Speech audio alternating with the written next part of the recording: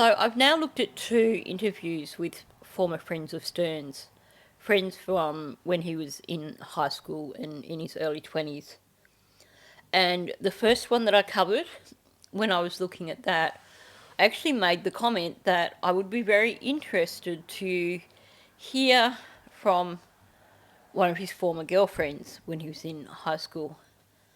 And several people pointed out to me that, in fact, there was an interview on Gray Hughes' channel with a woman who claimed to have been the 14-year-old girlfriend that Stearns had.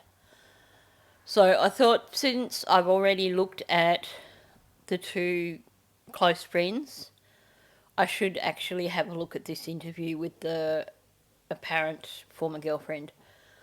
Now, once again, I'm just going to mention the need to exercise caution.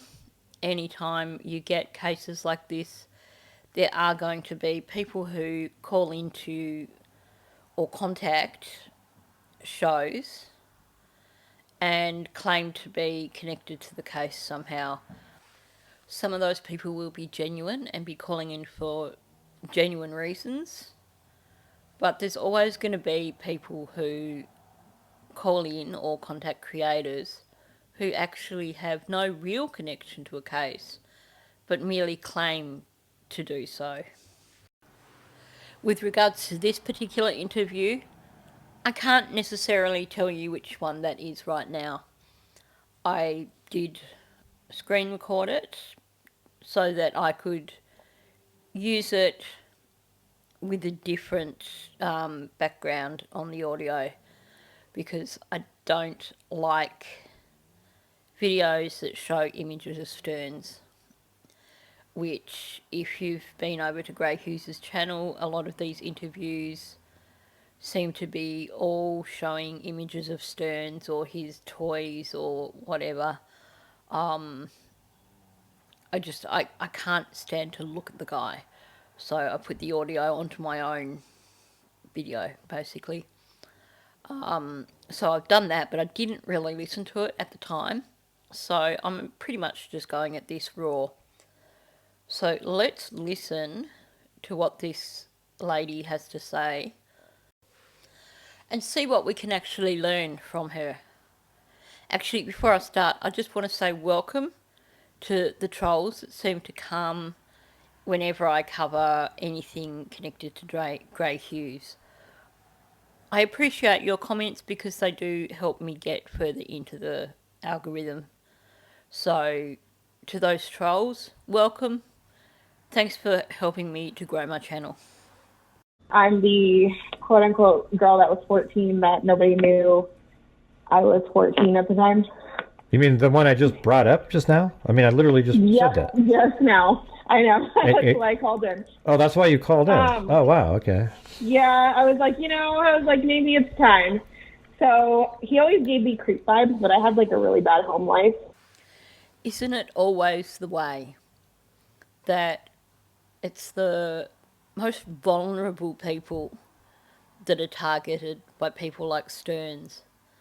And I can imagine for a 14-year-old girl, there's also a sense of an almost destructive, a need to self-destruct. And that's when you do look for the bad boys. You know, if your home life is bad, it's almost like you come across it so often with teenage girls who have a bad home life, so they search out the bad boys almost to punish themselves.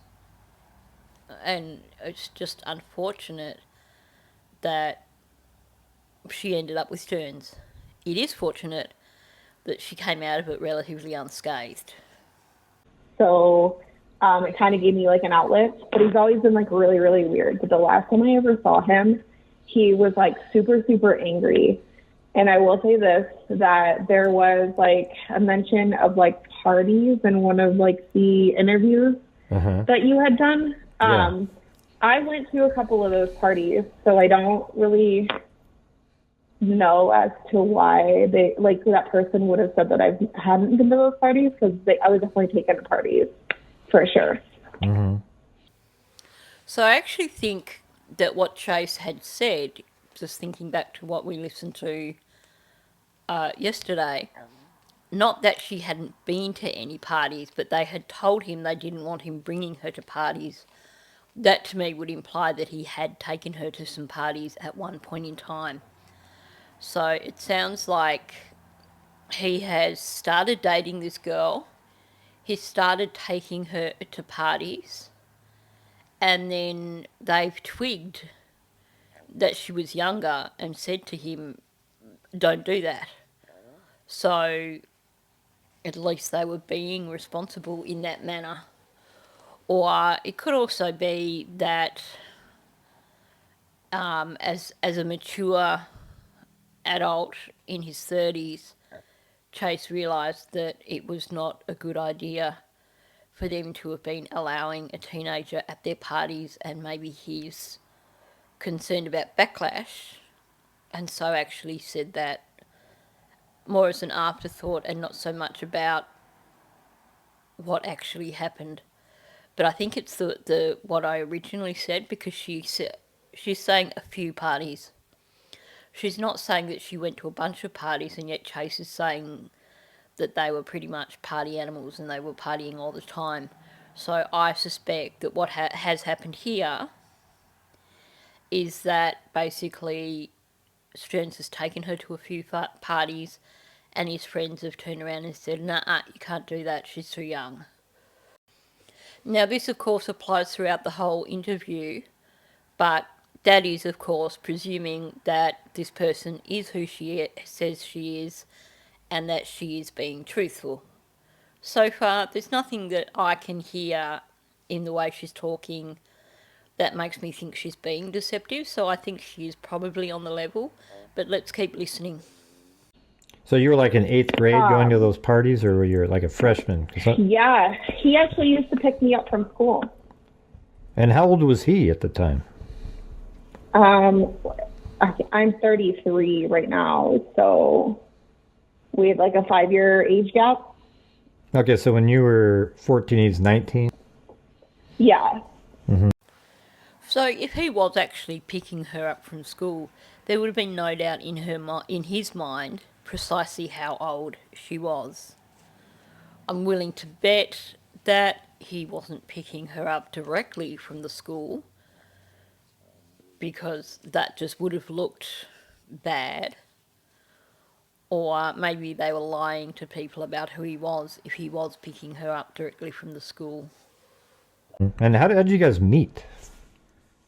We met on MySpace. MySpace. I had zero parental supervision growing up. Like I said, I had like a really bad home life.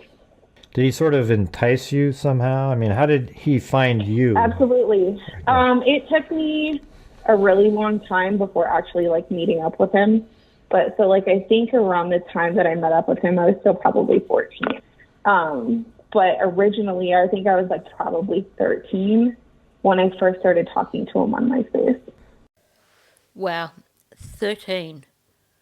And she was talking to this guy who was 5 years older than her, who was essentially an adult, on MySpace. Now, for a 13-year-old, I would imagine that she probably, while talking to him on MySpace, wasn't telling him her actual age. But any guy with a decent sense of morals, once he met her and discovered that she was in middle school, should have just cut off all communication. This really says a lot about Stearns. But well, like, what? How did he find you on there? I honestly cannot remember how, if I added him or he added me. I could not tell you, to be quite honest with you.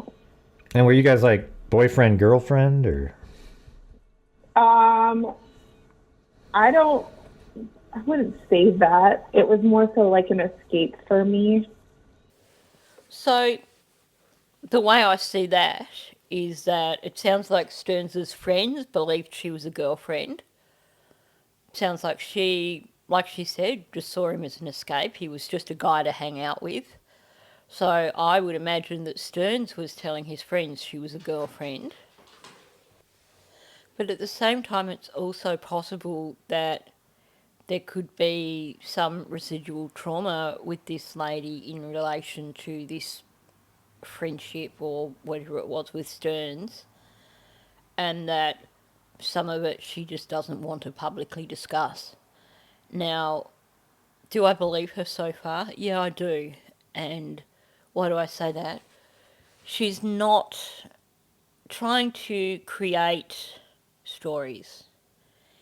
He asked her how she met Stephan on MySpace, and I can't remember. If this was a made up story, you would expect a big, long winded, you would expect them to overtell it. We've heard that with Jen, we've heard it with Stephan. You know how it works. She's just basically giving straight answers here, as far as I can see. So at this point in time, I am believing her. Like I said, I had a really bad home life, so I just kind of used that as like an escape to just kind of get away from my home life. Like it was pretty bad. Sadly, that is a classic situation, isn't it? A girl has a really bad home life, they're not getting the attention that they need, and then you get some predator like Stephan who gives them all that attention, who grooms them, and it makes the relationship worthwhile because suddenly someone is noticing them and paying attention to them and treating them like they are number one. Like now that this whole story comes out, I mean, what are some of the thoughts that you have back at that time? You know, when you think back, I mean, I didn't know anything that was wrong. And I mean, like I said, it was probably a good year before I actually, like, when I was talking to him online, before I actually, like, met up with him. So you were 13 when you started talking to him? I believe so, yeah, around there. Wow. Because I was in middle school. You're in middle school, and then he literally is taking you to a party when you're not even in high school yet. Yeah. The way she says yeah, drawn out and with reluctance, I suspect that for this poor woman that there's a bit of shame in that, knowing that she was going to parties with a much older teenager when she was only 14. She mentioned at one point, I didn't know anything that was wrong. I just found that a curious way of wording it. And it's actually, for me, it raises red flags. To me, that makes it sound like at the time, as a teenager, she didn't recognise that whatever was going on between her and Stearns was wrong, and that maybe in retrospect she now knows that it was. I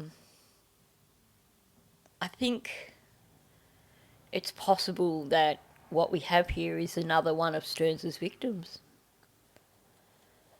Just from the way she's talking, I have questions. It was. I mean, some girls look older. Situation, I would say that. You know, I remember a couple of them. You know, where people would ask, like, "Why are you here? You're obviously not old enough to be here."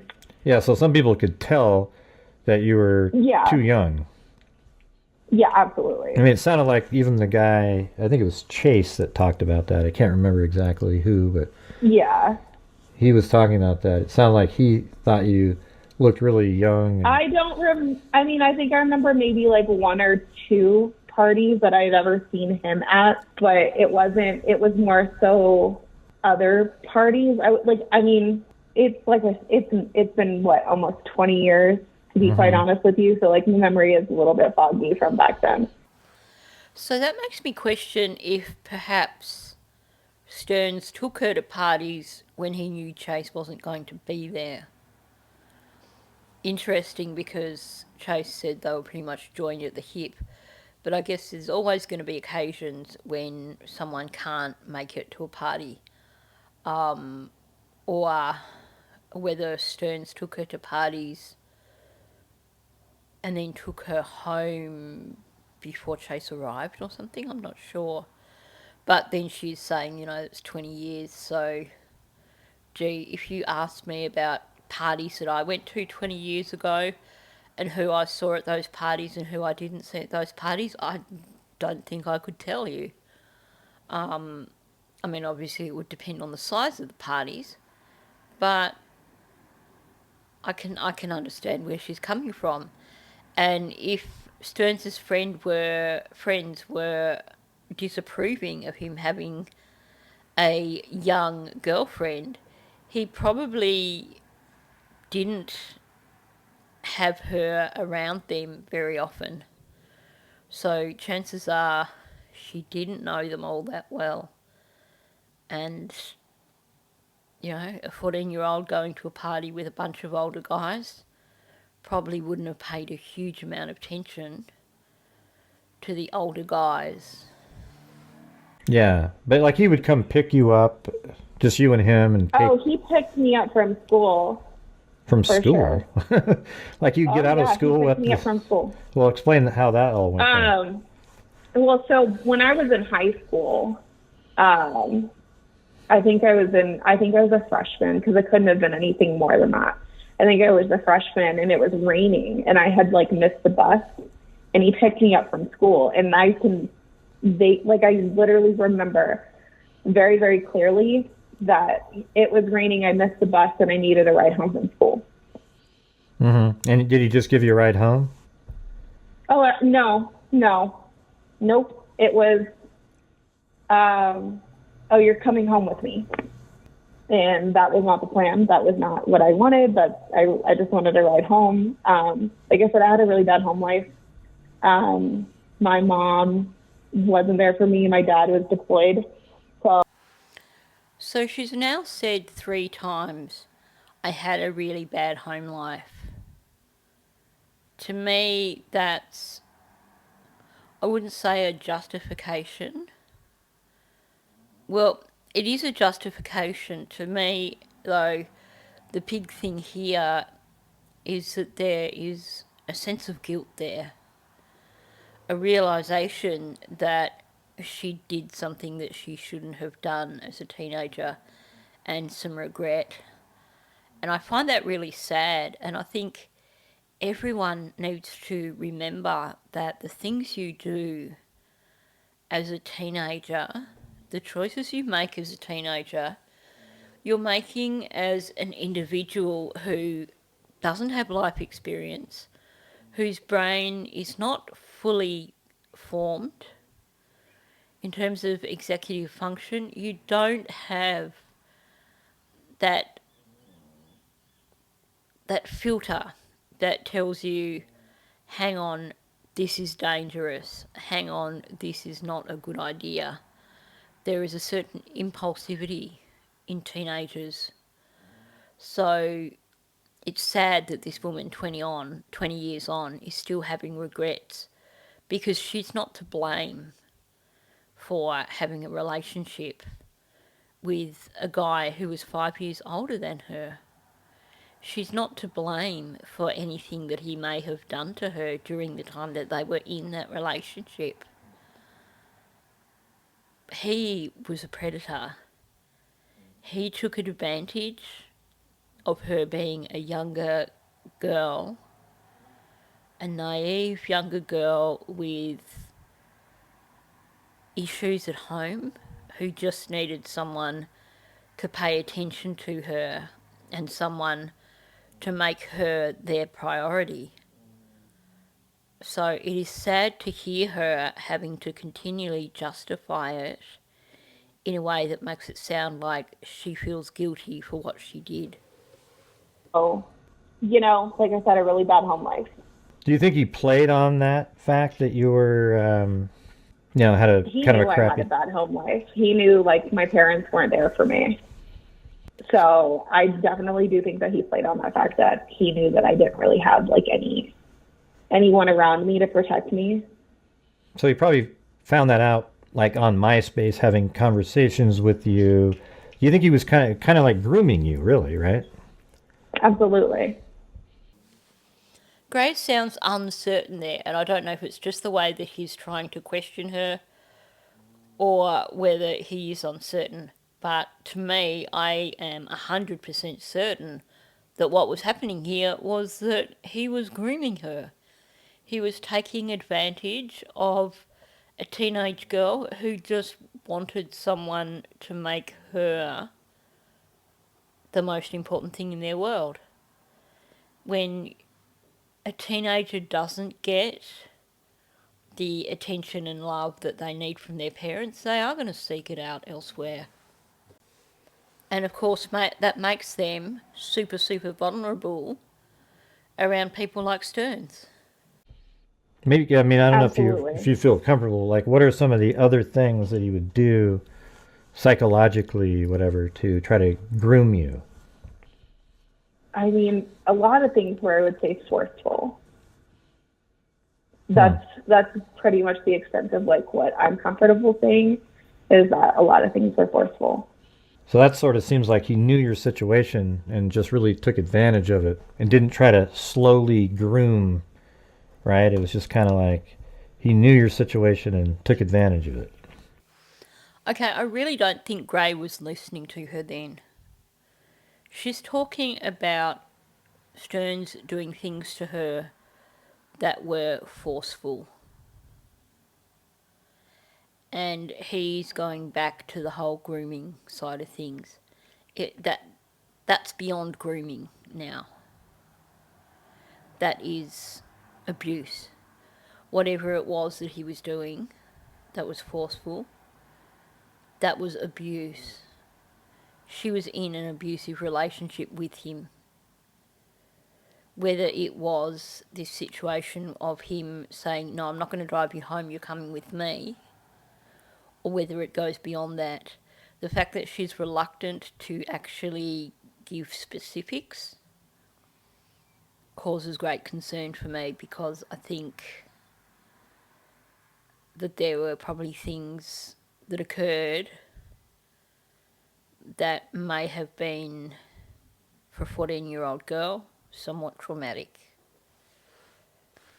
It also sounds to me like whatever those things are, she's not managed to, in her head, resolve them.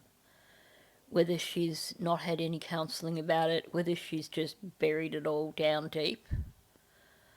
I hope that if this case has opened up old wounds for her, that she has, since this interview, gone and sought counselling. Because I think there's a lot of unresolved feelings here, and it's my impression that these are unresolved feelings of perhaps guilt, maybe even shame, and that makes me really angry with Stephan. Absolutely. And I mean, ironically, I went to the same middle school that Maddie went to. Oh, really? Jeez.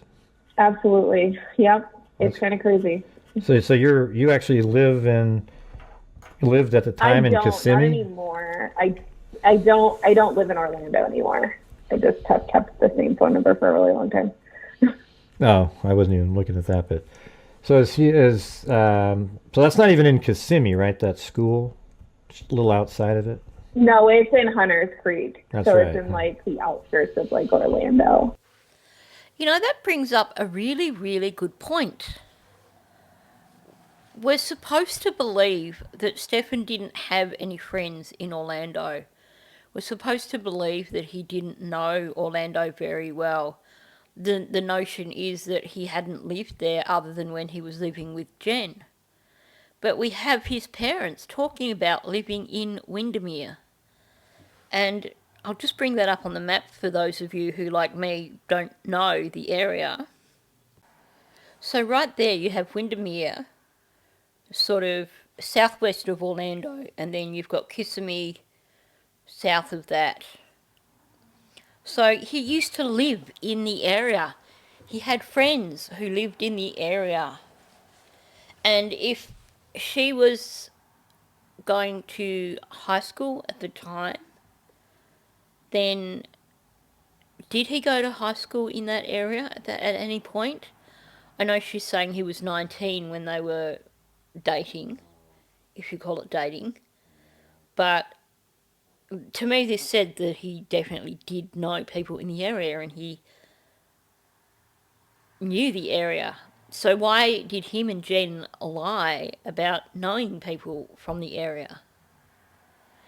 Now, what I do find fascinating is that if you look at Windermere, that would be the area that he would be most familiar with, right? And you've got Lake Apopoca, crazy names, just to the north of Windermere. Now, I don't know distance-wise how long it would take to get there, but how interesting is it that the direction he headed with Maddie is actually the direction that Jen is more familiar with? Makes me think, now that I realise the whole Windermere connection and the fact that he did used to live in the area, had he been going with places that he was familiar with, you would have expected him to head towards Windermere, right? Not towards St Cloud. Maybe I'm wrong. Let me know your thoughts. So what else? Yeah. What are some of the other things you've wanted to talk about?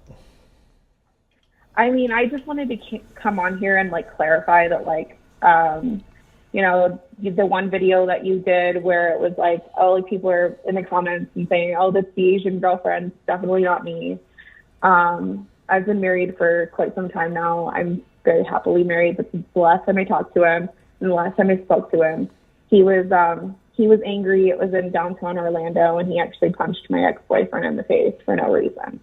And that was, Oh, Jesus. I want to say, yeah, it's been a really long time. So I was crying, but it wasn't like a bad cry. It was like a good conversation. You know how like sometimes girls when they get a little drunk or whatever, their feelings come out, you know, that type of thing. It wasn't a bad conversation, and he saw me crying, and he just came over and decked him right in the face. Wow, talk about little man syndrome. Clearly, he has anger issues, but not only that, it sounds like he likes to be the bully, and he likes people to think that he's some big macho man. Well, I think I said this in yesterday's video. That kind of attitude is going to cost him dearly in jail. After his trial, when he's in Gen Pop, if he tries to be Mr. Macho Hero Man in there, he's in big trouble. I wonder if there was a little bit of jealousy there. Maybe he still had feelings for her, and he saw this as an excuse to go at the boyfriend that she was with at the time. But definitely it shows a major ego trip, and it definitely shows psychological problems. This was outside of a bar in downtown Orlando called Casey's. You know, my phone was blowing up after that. I was actually with my brother at the time. And the whole main reason for me going out in downtown Orlando was to hang out with my brother. How old were you at that time? No. I want to say that was probably somewhere around 10 years ago now. Jesus. So you were 20-something. Yeah. Yep. I mean, you're saying, okay, well, I guess 10 years ago you were 23, since you're 33 now, right? So Yeah. he was still, like, you guys are still communicating, he was still keeping track of you all these years? I never really, like, full-on kept communication with him, but, like, he was always just kind of there on my friends list, if that makes any sense. He was just there, you know. Right. I happened to be in Orlando at the time and whatnot, and I can't remember the full-on conversation. I mean, you know, 10 years ago, it's a little foggy. Almost 20 years ago, it's really foggy, especially when you've been through a lot of trauma and you try to just block things out. Yeah. So how did he know that you were there, though? with your? I used to be super active on social media. I used to post anytime I was in Orlando or I was going to be in Orlando. I posted I was in Orlando to meet up with friends. Oh yeah, no, and he full on punched him, and he got tackled outside of the bar, outside of Casey's, and he like broke his Omega watch and blamed me for it. Stephan really was an all-round jerk, wasn't he? Clearly, it made him feel important to come across this guy, and he must have hit him so hard. So, I wonder if the watch that she's talking about that got broken is the watch that Deb and Chris were speaking about that he spent a whole heap of money on, and they thought he'd sold it. Maybe he broke it and he hid it. If that's the watch that Chris found in the storage unit, I wouldn't be surprised if it's broken, and that's why they hadn't seen it for so long and they just presumed he'd sold it, because he didn't want to tell them that he broke it punching some guy. It's such a shame. There's all these missed opportunities for people to have pressed charges against Stearns, and for some reason or other they didn't. You have the guy who was apparently paid off by his mother. You have this guy that was physically assaulted outside a club. And why are there no charges against this guy? I think there's a life lesson in this. Don't dismiss something, because next time that person could do something worse. And then I never talked to him after that, ever. After he punched my ex-boyfriend, I literally blocked him, and I did not talk to him whatsoever. But let me ask you something. Did you even talk to him prior to that? He just sort of showed Not up? really. I mean, I want to know about this He date. just kind of showed up in my messages at the time, and I was like, yeah, I guess let's go grab something to eat or something, It wasn't anything like I didn't feel like he had any like malicious intent, if that makes any sense. Like, okay, so I didn't feel like he would try anything. So it seems like essentially he stalked her on social media, found out that she was in the area, and she said, hey, yeah, why not meet up with us or something? And then he's seen that she's had a boyfriend. I'd say he was jealous, or he wanted to prove himself, like, hey, I'm better than you, and punch the guy. There's a lesson in this, and that is, don't announce on social media when you're going out somewhere while you are there, because you never know who's going to turn up. And as for past history, boyfriends that are ex-boyfriends, yeah, probably just leave them in the background, forget about them. But let me ask you, so that night though, the punch happened, were you supposed to meet up with Stern somewhere too, or? Actually, he had picked me up, and I believe it was from where my brother was living at. It was just in like an apartment complex, since I don't think my brother had bought his house by then. But it was from my brother's house, because I was staying at my brother's, and he picked me up from there, and we went to downtown Orlando, because my brother lived relatively close to downtown Orlando. So you and Stearns, he picked you up, and you went downtown, right? Yeah, and I met up with my brother as soon as he got off of work, because my brother actually worked in downtown Orlando at the time. Okay, but then your ex-boyfriend sort of appeared out of... He was just there, yeah. Just appeared out of nowhere. Was literally there just to kind of get away from like my current living situation at the time. Even though I was an adult, I just needed kind of like a little escape. So it was about I want to say I was there for 5 to 6 days. No. Okay, so she's relaying an incident from 10 years ago, and I'm a little confused because she's a little bit hazy on the facts. So I'm not sure if she's saying that the guy that Stephan punched was an ex-boyfriend or a boyfriend. but I can see that there were probably mixed messages there. If Stephan picked her up and drove her to the place where they were hanging out, then the guy's a bit of a... Well, he's a social reject, but also in terms of social maturity, I think he probably would have misread the situation. So, as much as I hate to say it, he still did the wrong thing, well and truly. But I think she may have been giving him mixed messages that night inadvertently. Longer than a week. But I've had Well, I'm sorry. so much going on in my life within like the last 10 years, really, that part is really just kind of fogged out. But Well, I'm sorry you've had a crappy... I was going to say, I don't know if you want to talk about your, like, what's going on in your life that was crappy at home, and maybe what made you susceptible to somebody like Stearns. Oh, my dad was always deployed. So my dad was in like the military, and my dad was always deployed, and my mom was just never home. So, and if my mom was home, my mom was either screaming at me or hitting me. So you were like pretty vulnerable to somebody like Stearns, who could come in and be the hero, make you feel like, hey, I care. Exactly. Right. She really does sound quite genuine to me, and I feel really sorry for her, because it sounds like she was the perfect target for Stearns.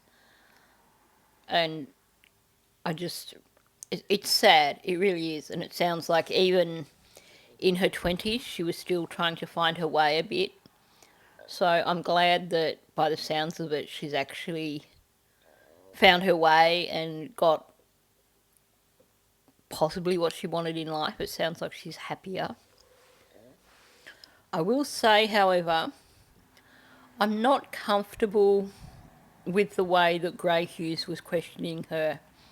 I thought he was being a little bit too probative, given her history. When someone has a traumatic background, you really do need to be a little bit less direct with your questioning. And I think some of the questions that he was asking were just a little bit too confrontational for someone who had said multiple times that they had a really bad home life. You need to let them lead, not try and prompt them to give you more information. Exactly, and he had a way of making me feel that way at the time, and so I think even into like my adult life, I never really like thought anything bad of it. She really is describing a classic predator, isn't she? He made her feel safe. He knew the right things to say and the right things to do to basically have her trust him completely. And that's really, really sad and really disturbing. Till all of this started coming out, and then I'm sitting at work, and I happen to open Instagram, and I see his face, and I'm like, hold on, that looks familiar, but like a really old face. Definitely aged quite a bit when I had saw it, and I had to do a double take and actually go on Google and make sure that was him. So do you more recognize him with those shots where he's kind of skinny, no beard, and really kind of almost a little bit weird looking? I'm just saying. Yeah. I don't know. Yeah, looks like an elf. No, he was a little weird looking. And I mean, I will say this, his mom was definitely very racist. And I will say that his mom knew that I was underage. I have to say, it doesn't surprise me to hear her say that, because in the Hidden True Crime interview, when I'm not sure if they asked about Stephan having underage girlfriends or if Deb brought him up, but I don't know if you remember, for those of you who listened to the Hidden True Crime interview, Deb went on for ages about Stearns' different girlfriends and how, no, she didn't know there were any underage, and, they all came and came and went, and, you know, you see one girl one day and another girl another day, and you don't really get to know them, to know their ages. She just went overboard in terms of justifying the fact that she did not know that he'd had an underage girlfriend, or trying to say that no, he never had an underage girlfriend. It was that whole "me doth thinks the lady protests too much," or whatever, however you say it. So I believe her when she says that Deb knew that she was much younger. And I could believe Deb Stearns being racist. And maybe that's part of the reason she doesn't like Jen, because of her Hispanic background. And I think Portuguese. I don't know, but yeah, I mean, Jen has that non-white Anglo-Saxon kind of background, whereas Deb Stearns is clearly your white, Irish, American type person. So I can believe both those things, I have to say. His mom absolutely knew that I was underage. And she didn't say anything? No. Huh. Nope, not one bit. Not ever did she ever say anything. But what did she say around you that made you think she was racist? There was one comment about me being Asian, and I always, after the comment that she made, and it was about specifically being Korean, and I can't exactly remember what she said, that didn't ever sit right with me. And then after that, I was like, wow, well, she's racist, you know. Okay, I definitely believe her about that now.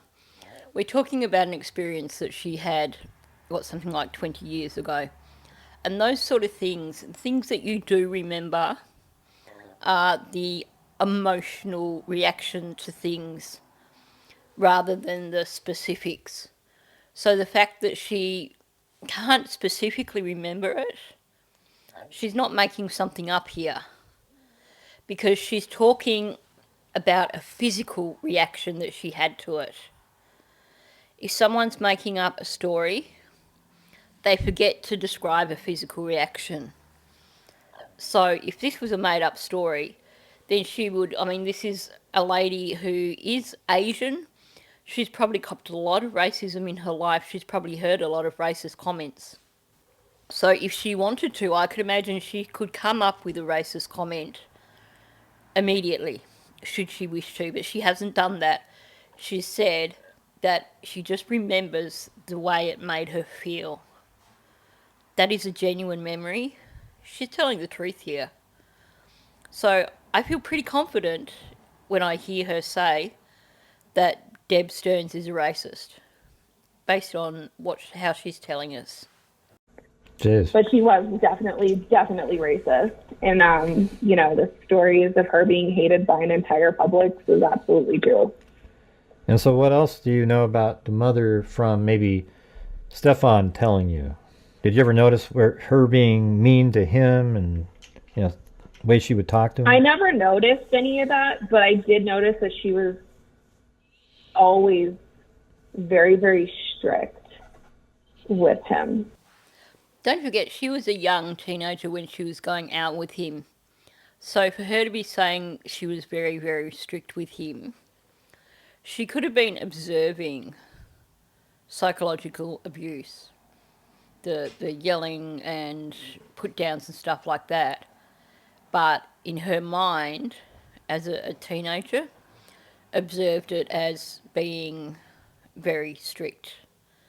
But that also ties in with everything we're hearing about Deb Stearns. I don't think that she did treat Stephan particularly well. And it makes you wonder if she's a large part of the reason for why he turned out the way he did. Yeah, kind of sounds like it. She seems kind of manipulative, too. Just reading these notes that I don't know if you were here earlier, but we went through the messages they sent back and forth, and you could see that she was trying to manipulate him into implicating Jen as being part of what happened. I think in her mind, and I mean, I'm just saying this from like a mother's aspect, you never want to see your child as a monster. Absolutely, no one ever does. But I think she's delusional, and she just needs to accept the fact that he's a monster and that he isn't okay in the head, and what he did was wrong.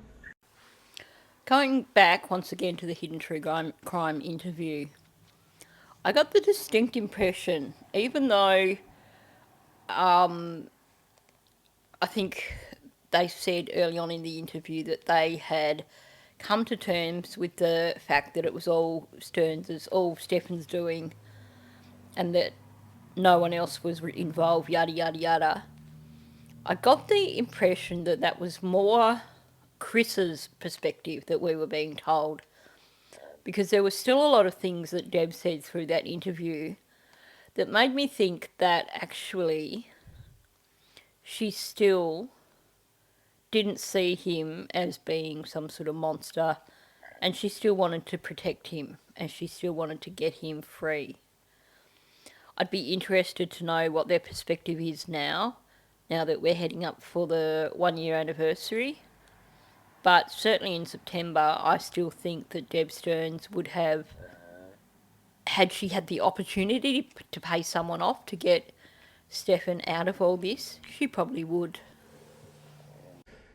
But Jen's pretty small too, I guess. Like, how are you're I don't know how tall you are, but he said, I mean, at the time you were like 4 foot something. They said I was tiny. I was really, really tiny. I looked like, I mean, even at 18, I still looked like I was 12.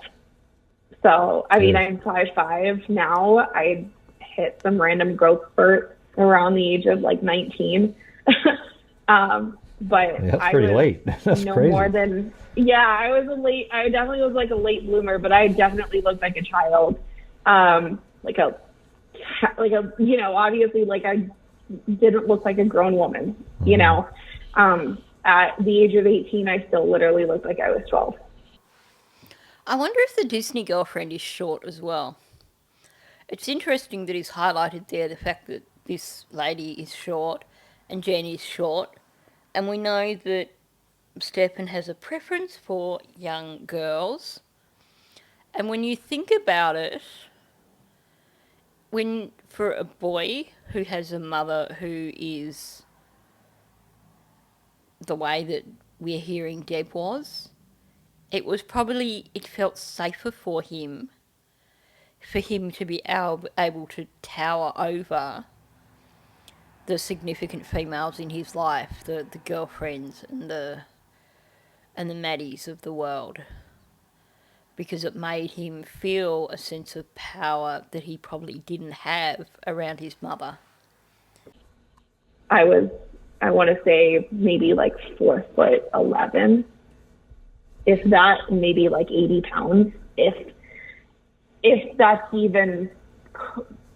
I couldn't have been more than 80 pounds, and I couldn't have been taller than 5 foot at the age of like small. Even at like 18, yeah. Did you ever play like those crazy games? Try to play those little kid games with you and stuff, or were you kind of older? No, you know, and that's the thing is I never got any. He never mentioned any games, but there was one time that I saw him, and it was, I can't remember. I want to say I was at his house because it had to have been at his house, but he had his girlfriend at the time there, and he was like pulling out guns galore, and there's like this like little tiny gun that literally looks like a toy. I think it's a 25 caliber. Those are really little. Yeah, they're really, really tiny, like really tiny. And I can remember him pulling that out and showing me, and I was like, oh, well, like, is this a toy? And he's like, no, it's real. Okay, well, I don't want it, you know. Right. I find it really disturbing that he was so gun obsessed. Not just gun obsessed, but weapon obsessed. We're talking about a guy who, even at the age of 14, was carrying a knife, and presumably he always carried one. We know that he had that Glock in the back of the Lincoln. claims that he had it in the boot of the Lincoln, then he moved it because he had to change the tyre. So what would have happened had someone intercepted him while he had Maddie in the car? Is that the reason he was carrying the Glock? I just think it's disturbing to think that he's so obsessed with weapons. He had so many guns. It's definitely fortunate that over the last 17, 18 years he didn't shoot someone. But, you know, when you hear about people who have been responsible for mass shootings, so often you hear that they have this massive arsenal at home. I mean, this guy had the potential for that sort of thing.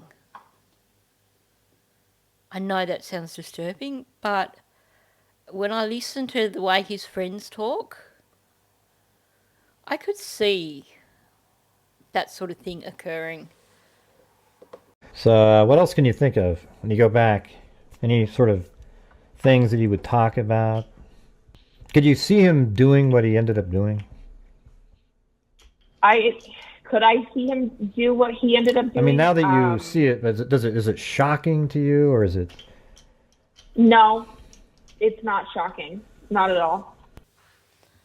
So, finally we get someone who doesn't mince with words. And I can understand why she would say that it's not shocking what he did. Because it sounds like the relationship between him and her was that he was a predator. He groomed her. I think there was a little bit more that happened in that relationship that she doesn't want to talk about. And she's saying she believes that he was capable of doing it. What's interesting with that is that her relationship with him occurred when she was a teenager. When, you know, before all your sort of sixth sense and all your instincts were really fully developed. So she's saying she could see that as being something he would do. And yet we have all those other people that were around him more recently when he was with Maddie saying, well, we never thought he would do something like that. Is it because he got better at hiding his behaviours? Or were they just in denial because they were so close to the situation? I feel like if I had known about anything of like stuff being on his computer, I probably would have been a whistleblower at that point. If I was one of those roommates and I had known, I would not have been paid off. I would have taken the money and I still would have went to the cops. Good on her for saying that. And you know what? If there's one thing that comes out of Maddie's case, I hope it is that people learn, if you see something, say something. There are so many instances here in Maddie's case where action by people previously could have changed the outcome. I've spoken about this in so many videos. His Disney girlfriend, she had the capacity to speak up. She should have reported him to CPS, but she decided it wasn't any of her business. She didn't stop and think about the repercussions for the little girl who was involved. Deb Stearns knew that Maddie was sharing a bed with Jen and Stephan. She witnessed Maddie putting her arm around Stephan and kissing him and telling him she loved him. She talks about these disturbing stories that Maddie said, where she woke up on top of Stephan or something like that. She chose to protect her own son. She said, I know they won't have changed it. They wouldn't have listened to me. They wouldn't have done anything different, even though she had made it pretty clear to them that what they were doing was wrong. And yet she chose to protect her own son at the cost of the life of this little girl. You have a maths teacher who never bothered to look inside Maddie's maths book, otherwise she would have seen a drawing in that maths book which should have been a major red flag and should have led to CPS involvement. But she wasn't doing her job. She wasn't checking Maddie's maths book. She never collected Maddie's maths book and never saw that drawing.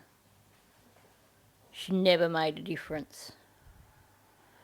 You have a school counsellor who had so many signs that things were wrong for Maddie and never followed through.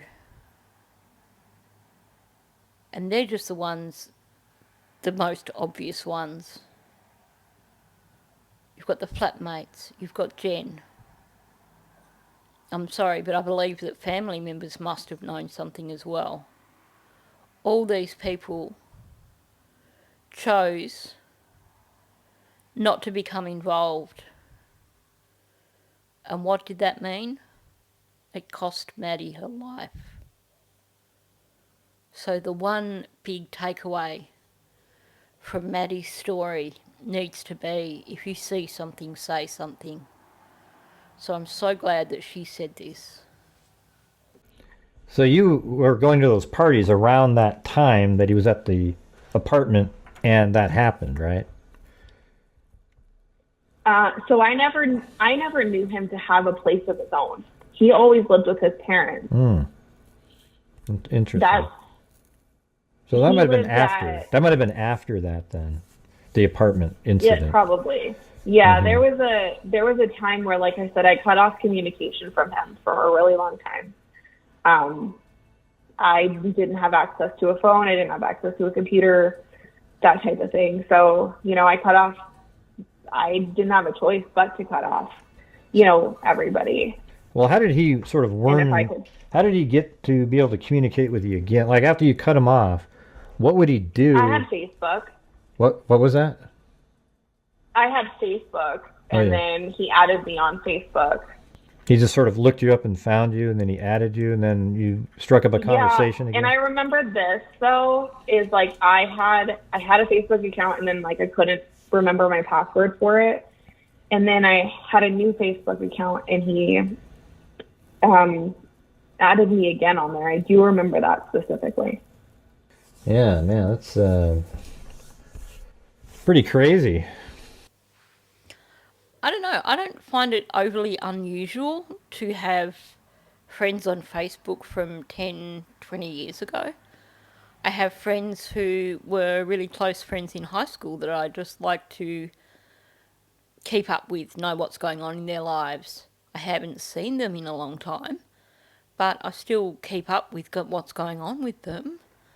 As for ex-boyfriends, well, I have one on Facebook. Of course, he wasn't a freak or a predator. He was a really lovely guy. He still is a really lovely guy. But I don't think we can put too much weight on him having maintained connections with people on Facebook or Instagram or whatever, because I think a lot of us just do that. Sometimes, especially if you move, then you're not going to catch up with people that live where you used to live, so then you do add them on Facebook to keep up with what's going on in the world. It does make you think, though, about the need for caution when it comes to who you are actually going to connect with on Facebook or Instagram or any of those other social media accounts, doesn't it? I mean, so you just happened to be watching my show tonight and said... I've watched a couple of the streams, even on like some of the other call-ins. And I've wanted to call in, but I never did. And I was, sitting talking to my husband, and he's like, I wouldn't do it. I wouldn't do it. You know, people are just going to trash talk you, blah, blah, blah, blah. It is what it is. You know, someone's going to trash talk me. Someone's going to trash talk me. I don't care. I got pretty heavy into it in the beginning because I was like, there's just, like I said, was it shocking? No, but yes, at the same time, if that makes any sense, it was like, it was like you get this weird feeling when you know someone has done something so wrong. Yeah, I certainly feel for her. Imagine having gone out with a guy and then years later he does something like this. You'd be questioning your own instincts, really, wouldn't you? You'd be thinking, how did I miss that this guy was like this? And then you'd be looking back on things and realising that, well, perhaps realising that you were taken advantage of. And I do believe that this poor lady was taken advantage of. He took advantage of her age, her vulnerability, and he groomed her. And yeah, I can understand. And if you listened to the first of these interviews that I did with one of Stephan's friends, I mentioned how for me the big thing that's, and it is, I can't describe it either, but the man who went to Port Arthur, the mass shooting at Port Arthur, the man who did that used to live next door to my grandmother's place and used to watch us when we played over the fence. And just that feeling of having interacted with such a monster, it's indescribable. So I know where she's coming from, but I can't imagine it. It would be so much worse to have actually been in a relationship with that individual. Yeah. So how's your life going now? Oh, it's great. That's very cool. That's so awesome. It's really, really great. I actually just got back from a trip from the coast of Oregon. Hey, but well, I appreciate you taking the time to call in, and I think everybody in the chat's really happy that your life all turned around. You're a really good place now. Kids, great husband, great husband, and you're happy compared to what it sounded like you were going through when you were younger. Oh yeah, I mean, I feel like, you know, if you're a child and you're stuck in a really crappy situation, wouldn't you want to make your life better? And that's what I did. So yeah, well, good for you. I wasn't going to stay stuck in a really bad situation at all. I love that she has that really positive outlook. I get frustrated sometimes when Gray Hughes tries to put words in people's mouths. And that last part of the conversation, I nearly just deleted that last part because it was awkward. It felt like he was trying to put words in her mouth, and I think I got the impression she really didn't want to discuss her current situation. But I like what she's saying about, you know, you've got that choice if your life is kind of sucky and you can choose to let it bring you down, or you can rise above it and continue on and make a life for yourself, which is essentially what she was saying. So that brings us to the end of that interview. I found that really interesting. Now, I had been kind of half listening to it while I was doing the screenshots for the audio, and I almost didn't do this reaction video because I thought there's nothing in here really that's much of an eye-opener, and I didn't think that there was much to take on board. But now that I've actually listened through properly, there's definitely a lot that I can take away from this, and I think it definitely gives us more insight into what Stephan Stearns is really like. One thing that it's got me thinking is, I'm very interested now in doing a reaction to the Hidden True Crime interview with Deb and Chris Stearns. I think I would probably need to get approval. Well, no, I wouldn't really need to get approval, but I would need to make sure that I'm doing it in a professional manner, because just to show them respect, because they built up that relationship with Deb and Chris Stearns, and it would be disrespectful of me to turn around and use that interview to really trash Deb and Chris, if you know what I mean.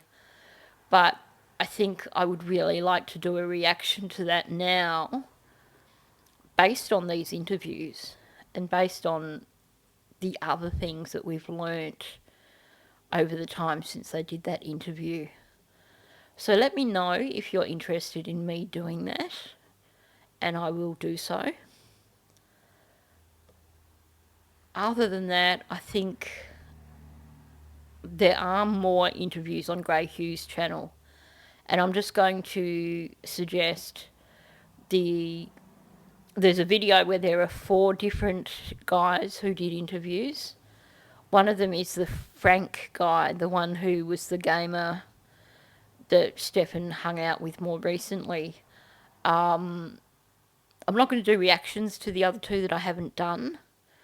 I think I've covered enough now in terms of looking into Stearns' background, and there's several other things that I'd like to move on to.